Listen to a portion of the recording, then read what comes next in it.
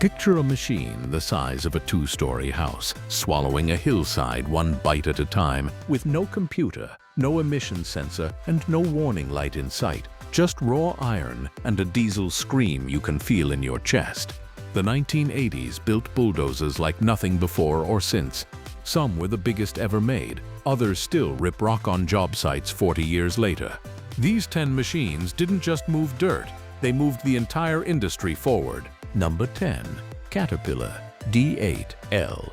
Let's start with a machine that quietly changed everything, even though it never wore a crown. In 1982, Caterpillar released the D8L, and on paper it looked like just another update to a tractor that had been working since the 1930s. But the D8L was the first D8 in history to use Caterpillar's elevated drive sprocket undercarriage, the same high drive design Cat had pioneered on the giant D10 a few years earlier. Instead of sitting down at ground level in the dirt, mud, and rock, the drive sprocket was lifted up and out of the way. That one change mattered more than almost anything else on this list. By raising the final drives off the ground, Cat isolated them from the constant shock loads and grit that destroyed conventional undercarriages. Components lasted longer, the ride got smoother, and the machine became modular. You could pull the powertrain out the back without tearing the whole tractor apart. Under the hood sat the legendary Caterpillar 3408, a 65-degree, 18-liter turbocharged V8, putting out 335 horsepower in the standard machine. The 3408 earned a reputation as a million-mile, 20,000-hour engine, and Caterpillar still supports it today. In 1984, Cat even released the D8 LSA, a special application version built for heavy agriculture that pushed output up to 400 horsepower and tipped the scales over 80,000 pounds. Here's why the D8L belongs in a conversation about outworking modern machines. The elevated sprocket layout it helped introduce is still the basic architecture of every large Cat dozer rolling off the line right now. A modern D8 has more electronics, cleaner emissions, and GPS-grade control. But mechanically, it's still standing on the shoulders of what the D8L proved in 1982. Thousands of D8Ls are still grading roads and clearing land 4 decades later, with nothing more than a wrench, a filter, and diesel fuel keeping them alive. No regen cycles, no diesel exhaust fluid, no software updates, just a tractor that refuses to quit. Number 9. Dresser TD40. Number 9 has one of the strangest backstories on this list. The TD40 began its life as an International Harvester project in the late 1970s. International Harvester was a giant of American industry, but by the early 1980s the company was bleeding money. In 1982, Dresser Industries swooped in and bought International Harvester's entire construction equipment division, and along with it came this monster, the TD40.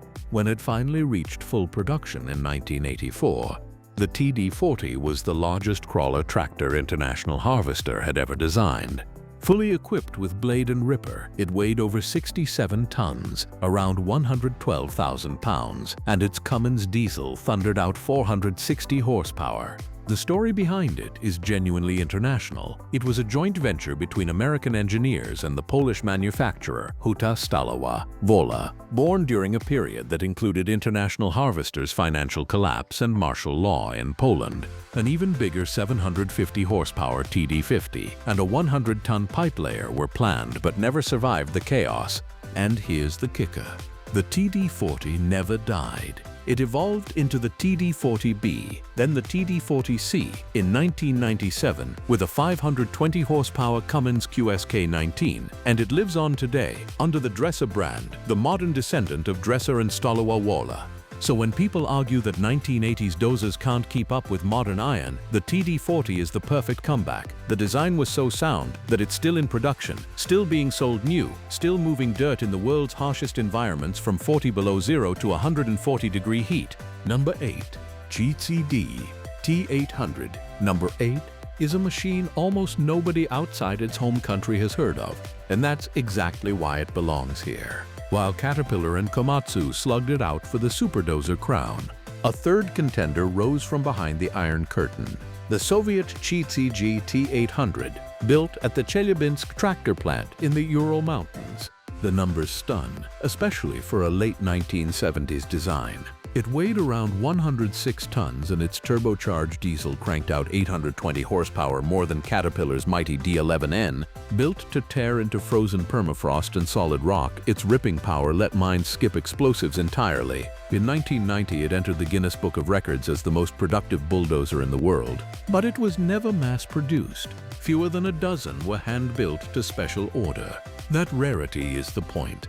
The 1980s Superdozer race was never just America versus Japan. Number 7.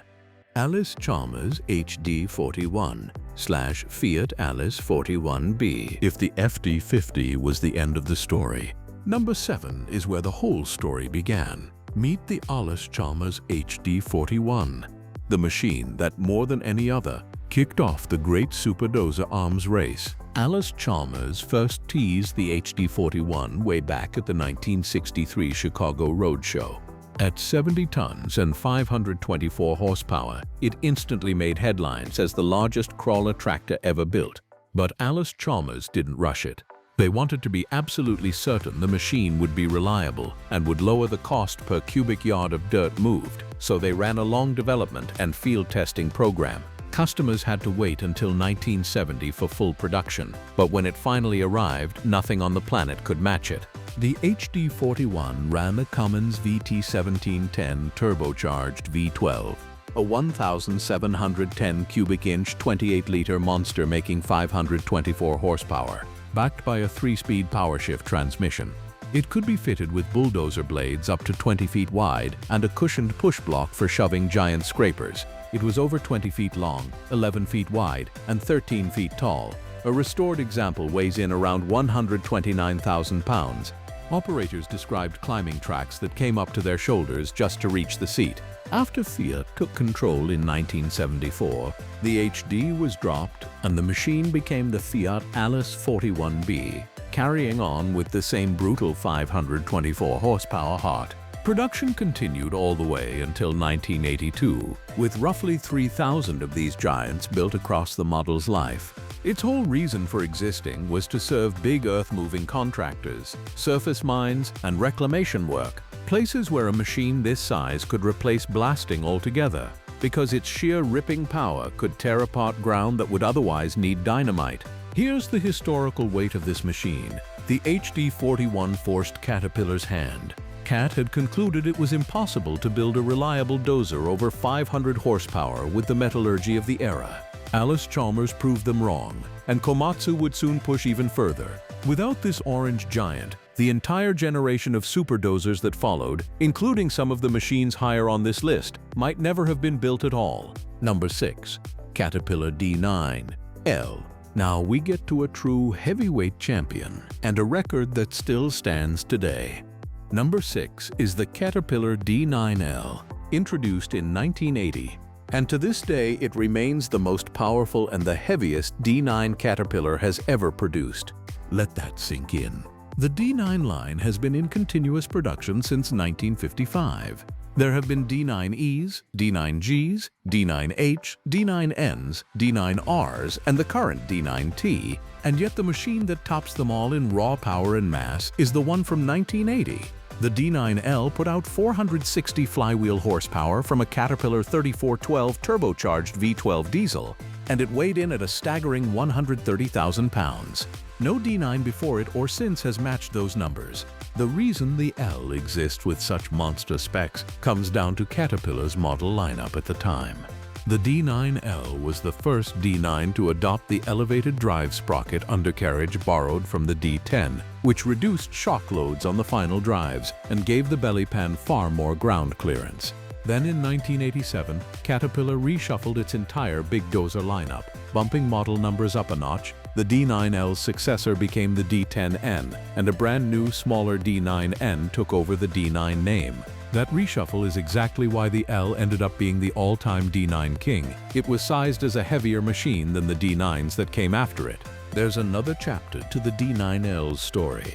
In 1986, the very first armored Caterpillar D9 was built on the D9L platform for the Israeli Defense Forces, fitted with an indigenous armor kit so it could work under fire, clearing obstacles and earthworks.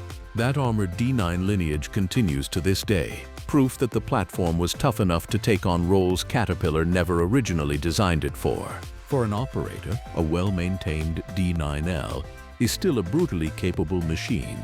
It carries more weight and more horsepower than the D9's Caterpillar sells brand new today. In pure pushing power, a 1980 D9L can hold its own against, and in some respects exceed, machines built 4 decades later. That's not nostalgia, that's the spec sheet. Number 5. Komatsu D455A. Number 5 is the machine that proved Caterpillar's engineers wrong and rewrote what a bulldozer could be. This is the Komatsu D455A, the original superdozer. The backstory is incredible. In the 1970s, there was huge demand from the United States, Australia, and the Soviet Union for bigger bulldozers.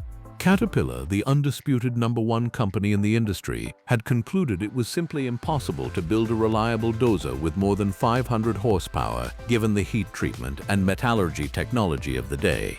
Komatsu looked at that gap and decided to charge straight into it. It took the company 5 years and 9 months to develop the machine, and when the D455A first appeared in 1975, it was the largest bulldozer in the world. Komatsu didn't even build an engine big enough at first, so it turned to its longtime partner Cummins, which supplied a turbocharged VTA 1710 V12, producing 620 horsepower, later bumped to 650 in the updated version. But the truly clever part was the drivetrain. Komatsu engineered a split power system with 2 torque converters and 2 4-speed power shift transmissions, spreading the enormous load through a center clutch. Bare, the machine weighed around 58 tons. Fully equipped with a U-blade and ripper, it went well over 90 tons. The D455A was a global hit, exported from Japan all over the world, particularly popular in the United States, Australia, and Russia, where many still turned up working in mines decades later. It stayed in production right up until 1987. This is the machine that broke Caterpillar's psychological barrier and forced the entire industry to think bigger. Every superdozer that exists today owes something to this Japanese giant. Number 4.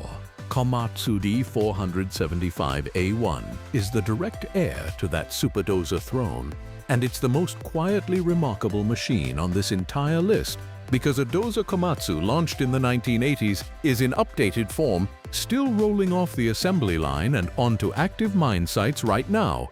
In 1986, Komatsu introduced the D475A1 as the replacement for the legendary D455A. Where the D455A had been a brilliant but somewhat improvised machine, the D475A was designed from the ground up around a modular concept, making it dramatically easier to maintain and to break down for transport between job sites. It launched with 740 horsepower, putting it squarely in the over 100-ton operating class and positioning Komatsu as a permanent fixture in the super-large dozer segment. The D475 was built to go head-to-head with Caterpillar's biggest iron. It became, and remains, the most direct rival to the Caterpillar D11.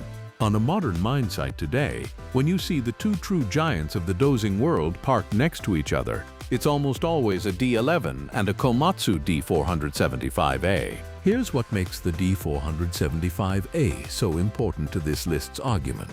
The machine has been continuously refined through the D475A2, the A3, the A5, and today's D475A8, but it is fundamentally the same platform Komatsu introduced in 1986. The bones of a 1980s design are still considered world-class enough that one of the 2 biggest manufacturers on Earth keeps selling it as its flagship mining dozer.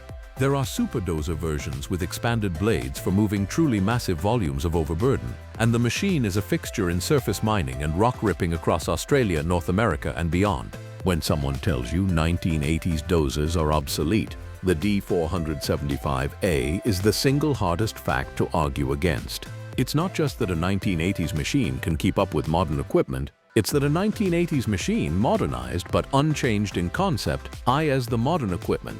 The engineers got it right the first time. Number 3. Caterpillar D10. Now we reach the top 3. And number 3 is arguably the single most influential bulldozer of the entire decade, maybe of the last 50 years. This is the Caterpillar D10. Caterpillar had a problem in the 1970s. Competitors like Allis-Chalmers and then Komatsu were building dozers more powerful than CAT's biggest machine, the D9. CAT needed a comeback, and what its engineers produced wasn't just a bigger dozer, it was a completely new idea about how a dozer should be built. The first prototype, the D10X1, was shown internally in July 1973. After years of development and a fleet of field test prototypes, the D10 was finally introduced at a Caterpillar dealer meeting in the fall of 1977 and went into full production, heading straight into the 1980s. When it arrived, the D10 was the most powerful track-type tractor ever built, at 700 horsepower. It was powered by CAT's 1,786 cubic inch D455A twin-turbocharged V12, an engine already proven in CAT's big off-highway haulers and wheel loaders. It weighed around 180,000 pounds, later versions even more, and could be ordered with a U-blade up to 19 feet wide and 7 feet tall, capable of pushing 35 cubic yards of material in a single pass according to Caterpillar's own literature. But the horsepower and the blade weren't the revolution. The revolution was underneath. The D10 was the first modern bulldozer to use the elevated drive sprocket, lifting the final drive up off the ground into a triangular track shape instead of the traditional oval. This single innovation improved durability, made the machine far easier to service through its modular design, and gave operators a smoother ride. It worked so well that Caterpillar rolled it out across nearly its entire dozer line, and every large CAT dozer built since, the D9L, the D11, all of them uses some version of it. Between 1978 and 1986, nearly 1,000 D10s were built at CAT's East Peoria, Illinois plant, and they outsold the comparable Fiat Alice and Komatsu machines combined. The D10 didn't just compete with modern dozers, it defined what a modern dozer is. Every high-drive CAT working anywhere on Earth today is a grandchild of this 1977 machine. Number 2. Caterpillar D11N. Number 2 is the machine that took the D10's revolutionary design and supersized it into the king of the mining world, a title its descendants still hold today. This is the Caterpillar D11N. In February 1986, Caterpillar introduced the D11N to replace the D10 at the very top of its lineup. And this was a serious leap. The D11N carried a bigger track, a bigger blade, and a track that was 21 inches longer than the D10's. Its U-blade stretched just under 21 feet wide and 7 feet tall, boosting blade capacity to a colossal 45 cubic yards. It was powered by a Caterpillar 3508 V8 diesel, a 2,105 cubic inch engine producing 770 horsepower, and it weighed in at 204,517 pounds. That's over 100 tons of steel. The numbers translated directly into productivity. Caterpillar's own engineering showed the D11N was over 10% more productive than the already mighty D10 across most types of work. And in 1987, CAT added a hydraulically powered impact ripper to the back, creating the D11N Impact Ripper, a version that pushed the operating weight all the way up to 225,950 pounds. This machine was designed for one thing: moving and ripping staggering volumes of material in large open-pit mines, where every extra cubic yard per hour meant real money. Here's the part that matters most for our list. The D11 platform that debuted in 1986 has never been replaced, it's only been refined. The D11N gave way to the D11R with fingertip controls in 1996, then the D11T with the C32 ACCO engine in 2008, and the current D11 still sits at the absolute pinnacle of Caterpillar's range. A brand new D11 today can cost well over $2 million. The fundamental machine, the high-drive superdozer concept, the massive blade, the impact ripper, was established in the 1980s and has dominated mining ever since. So when we ask whether a 1980s dozer can outwork a modern one, the D11N answers it bluntly. The modern king of the mining world is just a more refined version of this exact 1986 machine. The crown was forged in the 80s, and it has never left Caterpillar's head. Number 1. The ACCO Super Bulldozer. And now, number 1, the most outrageous, almost unbelievable machine on this entire list. A dozer so massive that, to this day, no production bulldozer has ever surpassed it in raw size. Meet the ACCO Super Bulldozer. Built by the Italian firm of Umberto ACCO in the early 1980s, this machine was assembled from a combination of Caterpillar and custom-fabricated parts and scaled up to dimensions that defy belief. It was powered by twin Caterpillar engines giving a combined output of roughly 1,300 horsepower, and it weighed in at around 183 tons. To put that in perspective, that's nearly double the weight of a Caterpillar D11N, the 100-ton mining king we just covered. The ACCO is widely regarded as the largest crawler bulldozer ever built. Nothing in regular production then or now comes close. The ACC is the ultimate symbol of the 1980s superdozer era, a decade so obsessed with pushing the limits of size and power that an Italian engineer built a machine bigger than anything the major manufacturers dared to mass produce. Today, the title of largest bulldozer actually in operation belongs to the Komatsu D455A SD, a 150-plus-ton giant whose own development traces directly back to a prototype Komatsu showed off in the early 1980s. But the absolute crown for the biggest dozer ever built, that still belongs to a machine from this decade, the one that was simply too big, too powerful, and too politically tangled to ever turn a track in anger. If you owned, ran, or wrenched on any of these legends, drop the model in the comments. I want to hear which one you'd put back to work tomorrow.